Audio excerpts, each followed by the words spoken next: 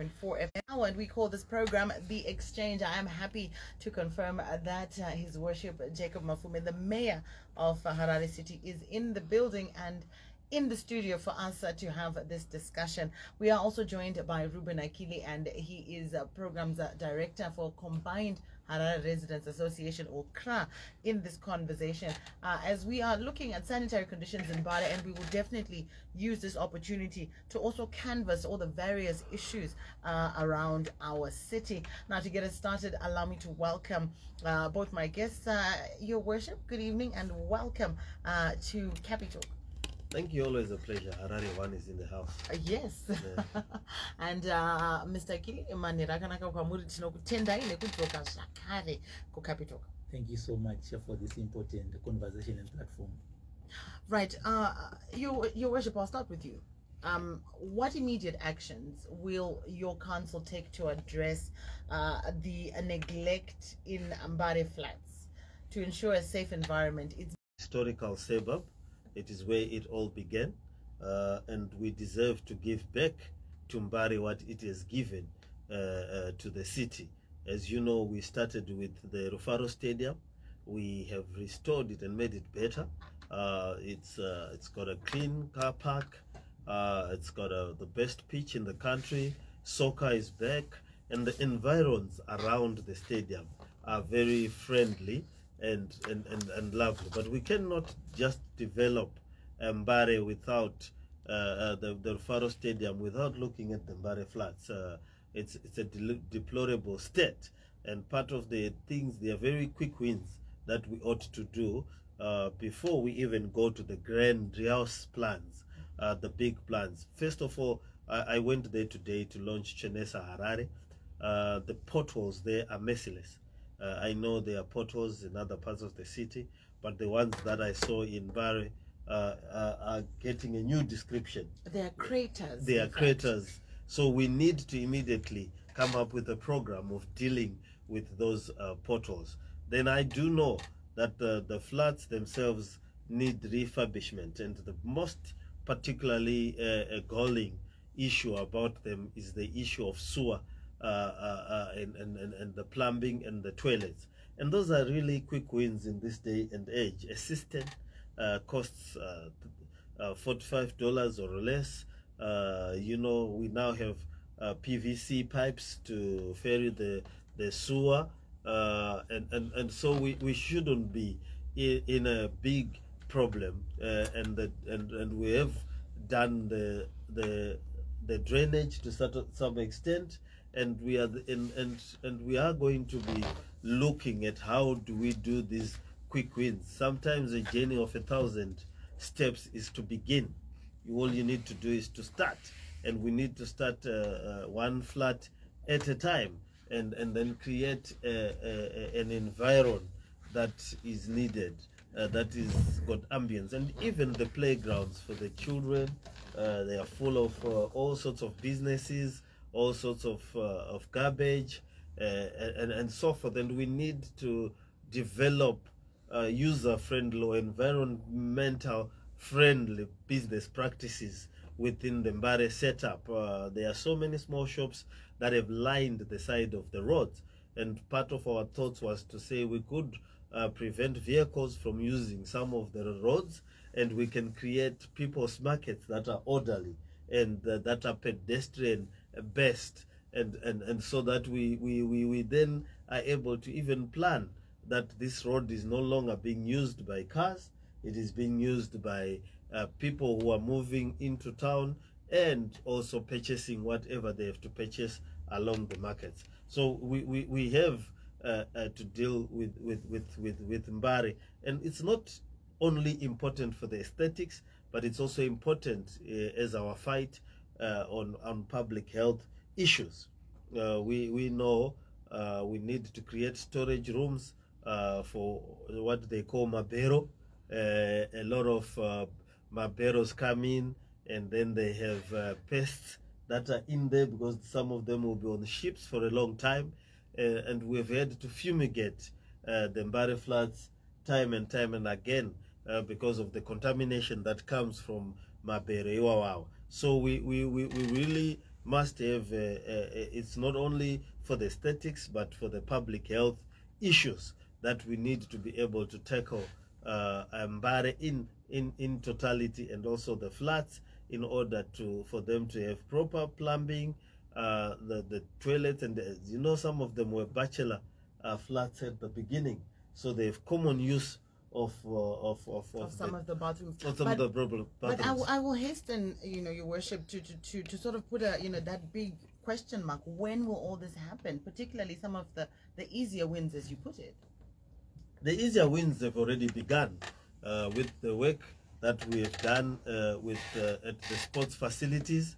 We have also laid some pipes over the few weeks along the flats. We were, of course, working with government.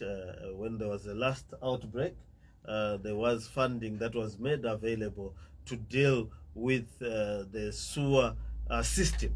But I think I've been speaking to the councillors there and the MP there to say that we need to accelerate what we are doing and to intensify it, so that it has clear timelines. And what we are going to do in the coming days, people are going to see significant changes in terms of, I was sent some pictures, horrifying pictures of sewer hanging from the walls, and I was appalled by that situation. So we have to begin immediately with the waste heat flats and moving on, and I think it can be done, and it will be done. There was a petition that was generated and circulated around the Mbare flats, and I think that was championed quite heavily by the Residents Association, wanting you to come in there, Mr. Akili. What specific actions have been taken by the combined Harare Residents Association to address the neglect of the Mbare flats since the 2023 petition? Thank you so much, Rumbi. As you are aware that as an association, we represent the interests of the people. And let me go back to say, things have not been good in Mbare for more than even a decade.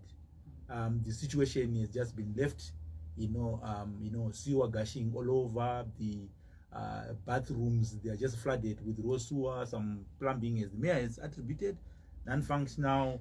And at that end, we engaged his office. The good thing that also probably as a listening mayor, it was then discussed in the full council, and the resolutions were made.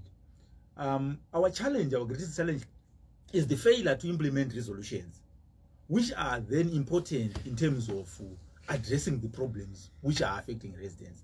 You realize that I think that's the issue, the major challenge we have within our local authority, where even good initiatives, they just, they just like, probably I would say, they like vapor, and then they just, fly away just like that, because there has been lack of implementation of resolutions pertaining in resolving, issues that are affecting residents. So we petitioned the mayor, but we did not end there, Rumbi. We went to the courts. For your own information, we went to the courts, and the good development was that the judge there gave, I would say, a progressive judgment, which speaks to two issues. One issue was that the local authority was supposed to be responsive in terms of addressing the issue of sewer, which is one. Secondly, the second respondent at that time, it was the Minister of Finance and even the Minister of Local Government. They were also ordered to then disburse devolution funds to the local authority so that it can be able to address the issue of sewer. So we have been following up both with the city of Harare and the ministry to check if the devolution funds have been deposited disbursed into the accounts of the local authority. And the secondly, also what we have been pursuing, I think even if you saw our statement which we generated about 2 weeks ago, we also if no action is taken in the hostels, we are also going to follow up with the contempt of court for both our central government and even the local authority itself. Did the court order give a timeline that the council is supposed to comply with? The court order, because you realize that one of the greatest challenges we have with these socio-economic rights, they are then, I would say, realized progressively according to the laws. I think we had a battle even with the lawyers from the local authority and whatever the others, to say it was not going to be achievable if we were going to, because SIWA is more of like a social, I would say, socially engineered problem, and so that's what they were saying. But also on our side, we're saying also these issues. Remember, there is a need for robust maintenance, because some of these things have been left unmaintained. Hence, you will continually see, a gushing of sewer and other stuff, because there's lack of maintenance. But again, going back to the court order, the issue of the devolution funds, it is an issue which we have been pursuing, as I said before, which we will pursue, so that at the end of the day, the funds that can be able to assist them, in the rehabilitation, because we feel that devolution funds can play a role, especially in Mbare. Considering that Mbare, I was in a flat, I was in the floor D, in material flats, and they were talking to me to say they about 40, I would say houses, right? Mm-hmm. And from each house, they about 5 people who live in each house, just an average. So meaning in one floor we've got 200 people, and then we multiply by 4 floors. How much are we getting? Nearly 800 to 1,000. People, and then the sewer system is non-functional, and you can actually see the public health impact, and on this issue. That's the reason why you have seen that there is, we have been facing, challenges in terms of trying to address the issue of waterborne diseases. One of our friends, even our member, lost their mother, because the local authority personnel, workers, they dump waste, which they clean from the bus terminals and shops, and they dump about 5 meters away from their home. And they've written to the local authority, they've written to EMA, nothing has happened, and it's very, very disease. Even maggots, you could see Makonye, Rumbi, Achifamba Kuva, Papa Marara, Pakone, Papa Mabazi, Achita, Nubra, Mabazi, Bruaya, Blawaya, and you could see Makonye, Achifamba Rumbi, Achienda Muzibamevan, and it's very, very unfortunate. And that's why the reason why we see that we were also agitated is crowd to say, if no action is taken, seriously speaking, we can then just go to the courts, because this is unacceptable. It's unacceptable. Please come in there, Your Worship. These issues that are being raised, particularly these aspects of the devolution funds and the health concerns, the health bomb. Yeah. The devolution funds are something that we've had running battles with the ministry. It's actually a cat and mouse scenario, Tom and Jerry scenario. Tom and Jerry are always chasing each other, and they hardly ever catch each other. A cat and a mouse have an eternal enmity. When they see each other, they all just start running. But is that how it should be? No, it is not how it should be. There should be a clear formula. I know that some principles have been passed by cabinet. I don't know whether they've been solidified into a statutory instrument or into a framework that works, where we know what we are entitled to.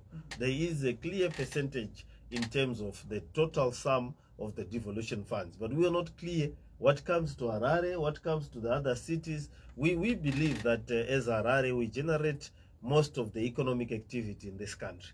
And, we are the goose that lays the golden eggs. And yet we are kept in chains, in abject poverty, and we are not taking care of the golden egg layer.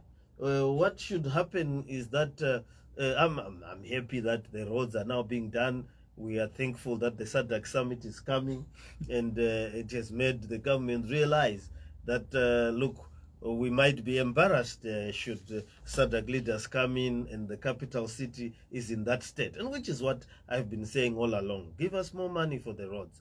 Give us more money for the floods. Give us more money for us to do capital expenditure and renew our infrastructure. In fact, they should be, over and beyond the devolution fund, there should be an infrastructural bond targeting the mechanization or the modernization of the urban cities, because you cannot have always bonds that help the farmers, agri bonds and stuff like that, but nothing that helps the cities. We cannot build the cities using cash from the residents directly. We need government guarantees, we need municipal bonds, we need an infrastructural bond that renews the infrastructure in the city and widens it to be able to deal with the expansion that is Harare. So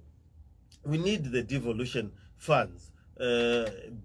Absent that, what we might have to do is to ring fence the revenue that comes from Mbare and make an arbitrary decision to say, okay, of all the revenues that we get from Mbare, 50% must just directly go back into Mbare to deal with the things that need to be repaired. We need maybe to do an actuarial exercise and see whether we can come up with that conclusion to say of all the income that Harare gets or the city gets, and if we can persuade government to say the income that comes from Mbare, if we say 50% of it must be ring-fenced and be used exclusively in Mbare, would we get somewhere? You know, there's a lot of economic activity that occurs in Mbare, or we create a special economic zone. That was my next question. A special economic zone which accelerates that and create you know, a special tax regime for Mbare, for, let's say, if there are 100,000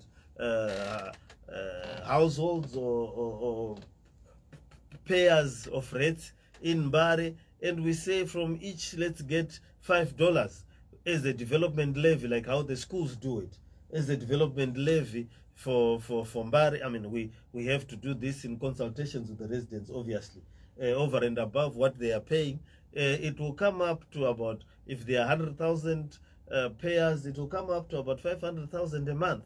And we probably could do a lot if we are able to amortize that amount and get a facility from a financial institution, or we get a pledge of $1 for dollar from central government of what we would have raised through those special levies. We must and we should think outside the box, or unless if we can grab the bull by the horns and we create a toll gate. So those who don't live in Mbare and who need to come in Mbare should pay some toll fees, because they are benefiting from Mbare, yet they are simply going in and out. But yeah, you mentioned the aspect of tolls. You know, I've got to use this opportunity as well, you know, to bring in the aspect of Zinara fees. And whether or not we're making headway with that arrangement to have City of Harare parking, or Harare City collect its own revenue from Zinara and it can go into projects. What's happening with Zinara is a crying shame.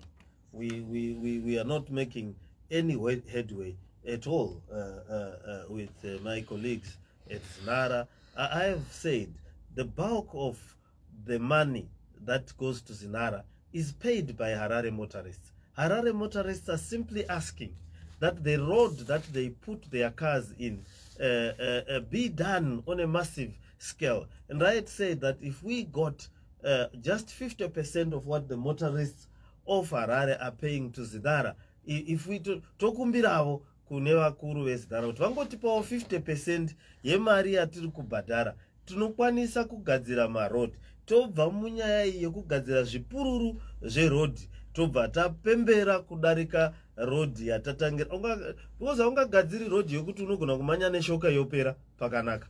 Tichida kuti tigadzire mudhandanda werodhi unobva kuno nekoko kutoti mota naiyo inotonyara. So we need to emphasize that the road user fees was made for the road authority where the motorists pay, and the bulk of them are in Harare, and we don't get the bulk of those funds. Yes, there has been some roads that are now being made. Those are national trunk roads. I mean, the road to Parliament, the road from key hotels. I mean, those are national activities and should be done by any nation. But I, as the mayor of Harare, have to worry about the motorist who is leaving his gate. He needs to leave his gate and get into a good road. Achibuda mubudiriro anofanga kubuda mugedhi rake pa number 54 whatever crescent achipinda murodhi yakanaka ofamba ari mutserendende kusvika asvika kubasa rani kusvika asvika kubasa rake. So we need to have that conversation with Zinara. Maybe you Rumbi can ask the Zinara chairperson and myself on board, and myself, and so that we can have a polemic tiri vaviri to tsanangura kune varuzhinji kuti zviri kufamba sei, tiri kuda kuinda kupi, tiri kumbobva kupi, and uye tichasvikapi, toisa musoro pamwepo, tosheya mari. Inini vagari vemuHarare vakapa isu sesiti kanzo mari yekugadzira marodhi sezvataita kudhara, nokuti marodhi awa tisu takambomagadzira ashakara patakatorerwa mari yacho. But if we get that money back, we will be able to do the roads, and people can rest easy. Now the people are spending a lot on spares, tires, on the suspension. But I definitely will hold you to that, Your Worship, and we will have that conversation. No, I'm willing to have a no holds barred caged match. but coming back to this particular issue now, Akili, bring us into the numbers. How many residents are we talking about that are affected in Mbare, Matapi, Shawasha, Matererini flats? Yeah. Vasina mvura, varikuita ma issues nesuwa. Yes. I just gave an example because what is like from the conversation which you have been having is also what we need to appreciate, that Mbare it's an economic hub, and people from rural areas come, and also some of them also are also having access to these toilets, which also have also created tension with those who are living within the houses. But as I said to you before, Rumbi, I just gave an example of Matererini flats where I went, where you have each floor, okay, you have 40 houses. You were talking about 800. Yeah. So yeah. So in one flat. Yeah. So basically that's the number. We can even go to 1,000 because you're looking at and how many flats are there? You know, there are plenty. You know, I don't want to then probably give a wrong figure here, but I will tell you that this is just, there are more than about 14 to 15 flats in Mbare. You know, and because we've got Mbare flats, we've got Matapi flats, we've got Matererini flats, we've got Shawasha flats, and these are different type of flats which are, you know, are dotted around, especially around Mbare Msika. We also have Joburg lines, and for your information, Rumbi, it is the local authority that owns those flats. That is very, very important to take note of. And also you realize that, and even the Joburg lines are houses. And again, the mayor is here.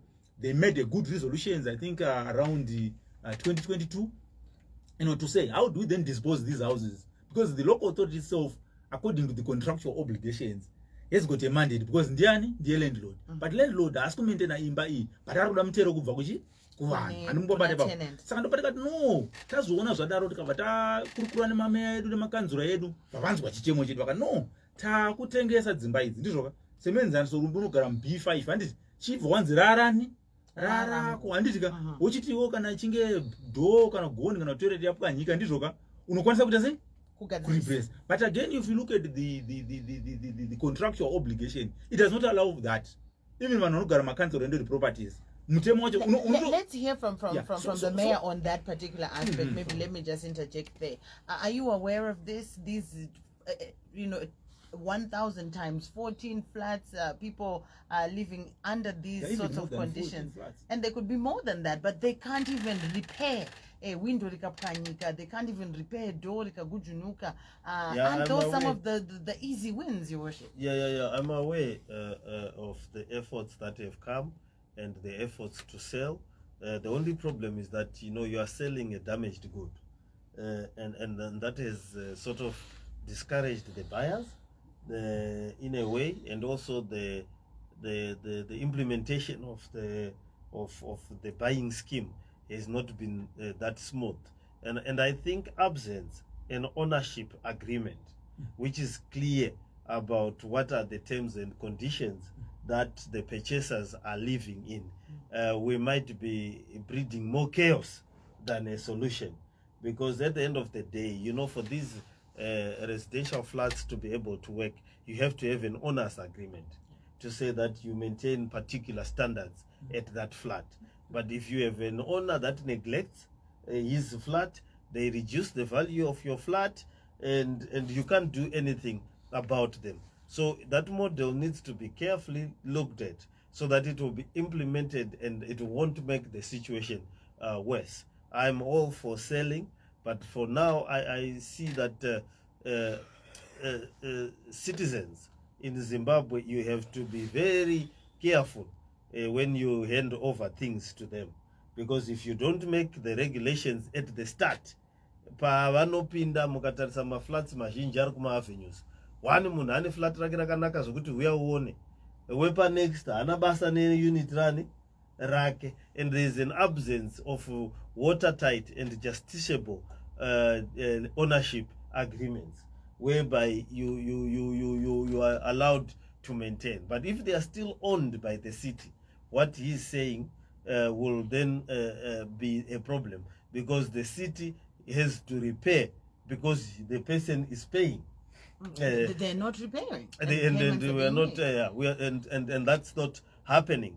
So we need to look at that model to see how we can renew the flats, maintain the flats, renew the flats. My view was that they needed to be sold after we had done the renovations, so that we say we have done block A, we are giving it to you in this state, tip-top condition, and this is the agreement that you are going to keep this flat or this block of flats in this state and in this condition, and that agreement is justiciable, and it's also liable to say if you accrue, the association can go after you and take the flat from you so that they can maintain the values. But it was done in a politically excitable manner. As you know how politics go, resolutions were just passed that let us sell, and the process of selling commences.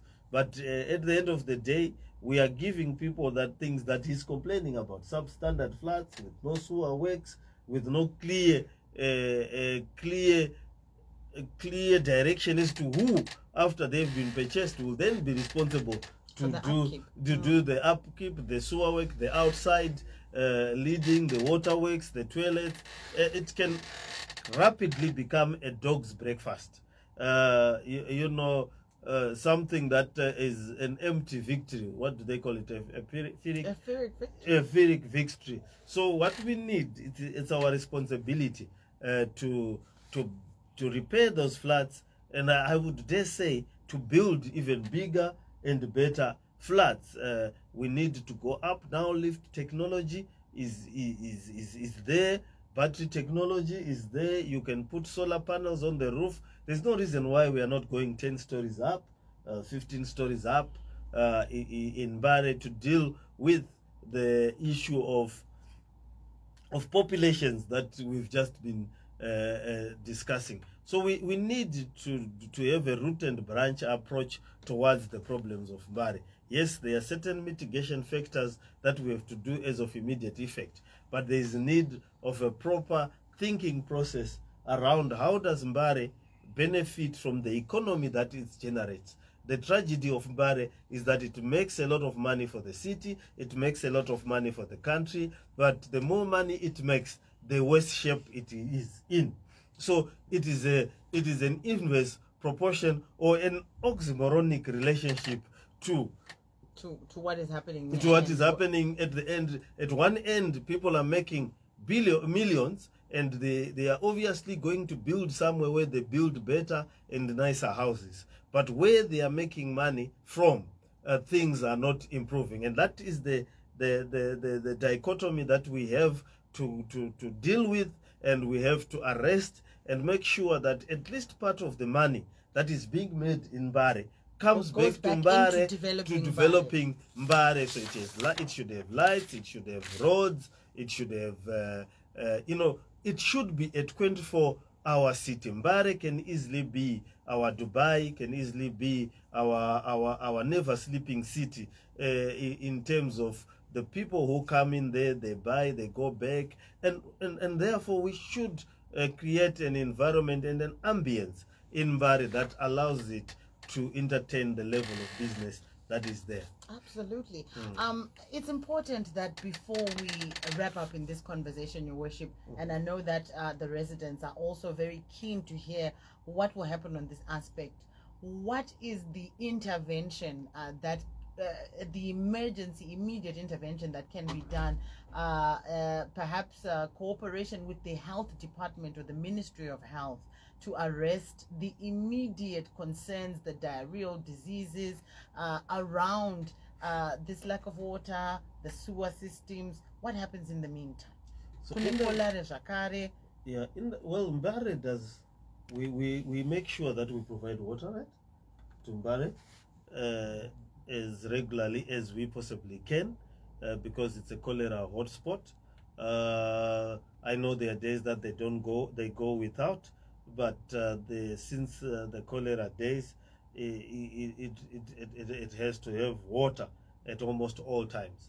But the issue has been the sewer reticulation system was not the most sophisticated, and in some areas they didn't even have the pipes, or they don't have the pipes. Where they have the pipes, they've been vandalized, or they have gone into a state of disrepair.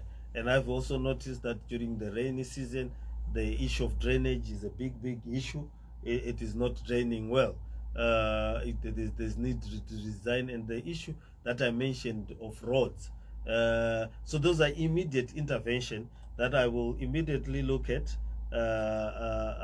with my staff, starting on Monday, and come up with a comprehensive plan which we will outline to the Mbare public. If it requires that we hold a public meeting or a town hall in Mbare, we can do that, so that we outline the plan, and we also get a consensus on what to do with what they are earning in Mbare, and what to do with the businesses that come into Mbare, so that we at least start to get somewhere on the immediate interventions that we require. Then we can look at the grandiose plans. I'm aware that government is looking for investors. I've attended meetings with the Vice President. I've attended meetings with the Minister of Local Government, where we are looking at creating an economic hub in Mbare, rejuvenating Mbare. But these are long-term. The Mkuwisi development plan, the Mkuwisi master plan. How do we clean Mkuwisi? How do we turn it into a commercial hub? It's the whole land use around Mkuwisi, create more business opportunities, and so forth and so forth. That's medium to long term, but we need to start getting onto the groove. And in our master plan, we've got exciting plans for Mbare in terms of the economic direction, and how we need to utilize the land in Mbare.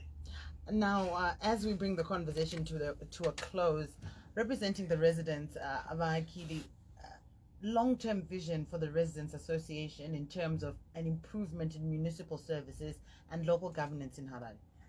Yeah, I think what is very, very important, Rumbi, let me first go back to short-term plan for Mbare. The local authority, mayor, should crack his whip on his workers, so that they can start to go to Mbare, clean the bathrooms and toilets. That's number one. Number two. So cleaning for now is enough. Exactly, cleaning, right? Number one. That's the first one. And the second one, is attending to the chokes, the blockages. So this needs to be done by tomorrow, because this is a serious. We are in a serious. But my workers can't come and clean. Is there someone in this day and age who goes into a bathroom and expects someone else to clean their bathroom? Okay, I think that would be another debate, Mayor, for another day. Yeah. But again, you realize. Let's be according to their contractual obligations, which I think probably, Mayor, you could have also go back to the what? To the contract to say let's revise and reform. Wait. It's a communal. It's a communal system. It's a communal system. It's a communal system. That's where you're staying. It's like a garage. So in Mbare, masoja anogara mahostel, everyone anogara mahostel. So you're saying it's their responsibility bagere papo. Saka iwo alright to employer munhu. Iwewe wopinda mutoilet rumbi. So maybe probably that may be probably from the sentiments which the mayor is highlighting this. We are not then shocked by what's really happening in Mbare. But I mean honestly, it's a cultural thing, my brother. Ndo inozoita kuti munhu arase marara achifunga kuti pane munhu achayazizodi no, they're cleaning. Achizononga. But the primary responsibility, Mayor, I think the primary, they are cleaning. They're cleaning. Yeah. They're cleaning. But wait. These are my blockages. Yeah. So people are cleaning toilets. I know a guy. I know a guy. So I think the first thing maybe which probably the mayor needs to agree in this room is that they just need to send all the workers they've employed to clean the toilets in Mbare and send them home. That's the first point. And then the residents themselves, they will just take action as they have been doing anyway. We know in like where I went, there's a guy. He does not even have protective clothing. He opens the chokes. He cleans the toilet. There's a mother again there.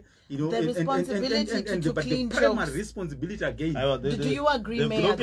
The blockages, it's us. We have blockages are yours. We need. I mean, look. We need. Is enough being done to clear all blockages? No, that's not. It's not enough. That's being done. But chanda ndichivunza kuvakuru vema residents. Ndechekuti pane munhu in this day and age anonopinda mu toilet kwepa nzvimbo yaanogara onomesa up obuda oexpecta kuti kune munhu achizodi achizocleana. I think that's kuri zviri kuitika kwenyu kumba kwenyu kwaRuben. Handizivi kuti zvinoitika kupi izvozvo. What I know is that yes, we can have a responsibility to make sure that the toilets are maintained. Maybe there's a caretaker or some sort of relationship and a general hand who are there on hand. Everybody at their houses. Kune dzimwe dzimba dzinotorojewa kunotori nemajuta nditi ekucleana chi kucleana ipapo. We fast run out of time, gentlemen. Yeah, even cleaning the kunetoka majuti kwese sure zokwadi kuti tiemploye vashandi vonoteverera kuti vari kunocleana matoilets. But zvatichaita ndizvekudaiwo mablockages, general hand and caretaking, and also making sure kuti the standards are kept. We can have people who monitor that. But as a nation, we should understand. That's why kana uchifamba usarasarara, uchidya, don't eat everywhere, don't throw away things. This expectation that there's someone who is going to come and clean up after us as citizens and as residents is what has brought us into some of these. I can see Akili wants to respond very quickly. We're out of time. Achidya banana wokanda achidya pai vanodya pese munhu anofamba achidya marara uri mumota anokanda doro kana achimwira panonzi pai shopping center anowetera paside pepa ari kumwira ipapo unoshaya kuti zviri kumbofamba sei. So we need to curb that behavior, and we need to be tough on that behavior. It doesn't happen in other countries. Zimbabweans akabuda muno munyika aumwana achiwetera pai achirasa from a bin. What's your quick response to that, Akili, as we wrap up? So as I said, I think as the mayor leaves this room, you would then probably to say Mbare residents, you don't expect the previous employees who have been doing that, because there's some employees in some blocks who have been doing that, and then they withdraw the workers, right? And then they lay them off. I think that would be the first thing. And then as residents, as they've been doing, some residents, they can be able to then group together and come up with a collective community way. I understand. No. I can you get your head around this? I'm going to have to come in. So I think what is very, very important. Yeah. So what I'm just saying is that I'm not saying that we do, rights have got responsibilities. Yeah. So what is very, very important is yes. But yes. So what we are saying, the arrangement which you have had, which you are saying we need to do away with, it will then include removal of your workers. Okay, in closing, so your worship, mashoko enyu kuparadzana nemuri Harare de kutichi maidana nembare flats and the way forward. No, we need to focus on cleanliness. We have bought equipment that we are going to put in Mbare. We bought 5. We've bought 3 hook loaders, 20 ton, and they are going to be stationed, and these are going to be revolving. We bought 5 compactors for Greendale, Borodale, Mbare, and Borodale B, and these are brand new, and they're going to be stationed there. These are the highest paying in terms of rates, and we are going to make sure that collection does. The rest of the other compactors are 20. We are going to move them. We've got 52 tractors we got from government. We are buying the trailers. So we are going to intensify the purchasing of equipment. We are going to create wash committees with the residents so that they also take care of this equipment and monitor the schedules, so that we make sure that our residents and the areas where we live, they are clean. We must do it ourselves. It's everybody's responsibility. We will provide the equipment and we will provide the workers, but a clean environment is all our responsibility. Mr. Akili, your parting shots and reflections on all we've discussed this evening. Thank you so much. Thank you so much, Mayor, for coming to this important conversation. Going forward, as residents, we will continue to represent residents in the challenges which they are facing. We are not also apologetic on the issues we also raise here, because they are genuine and also they need to be attended to. And those who have got the primary responsibility to address that, they should just honor and respect those rights and responsibilities. But again, from a CRA perspectives, we are also aware, like the issues which have been raised by the mayor, we can also go and come up with mechanisms how we can be able to ensure that our communities are also. But again, you realize that also we are then, as I said before, we then also see no reason for then employing workers to work in Mbare, because the residents themselves, they'll be taking it upon themselves. But otherwise, this has been an enlightening conversation. But again, we do not exonerate those who are responsible for what they are supposed to do. This is a contractual obligation. It is contained in the contract. To those who live in the flats, it is they are so responsible. So again, we need to revisit those documents, isn't it? The contract simply say that this is going to be done. So let it be done. Whilst then we go in our chambers and try to address that. I think that will help a lot. Thank you so much. Gentlemen, thank you so much. Definitely lots of issues coming out there, but the one thing that I'm very happy to have picked up in the exchange is that there is a desire and a concerted effort and a coalition that is happening between the residents and the city council to ensure a clean environment that will also foster growth as well as economic prosperity. Gentlemen, thank you so much for gracing us this evening. I've actually gone way over the time, but it was certainly worth it, as this was a conversation that the residents needed to hear unbridled. His Worship Mayor of our beautiful city, Harare one, Jacob Mafume, H1 in the flesh, in living color. Thank you so much and good night. And of course, Program Director for CRA, Combined Residents Harare Association, giving the mayor a run for his money, Mr. Rueben Akili. Thank you so much for coming through and for representing the grievances of the residents so well. Until next time, gentlemen, thank you so much. Good night.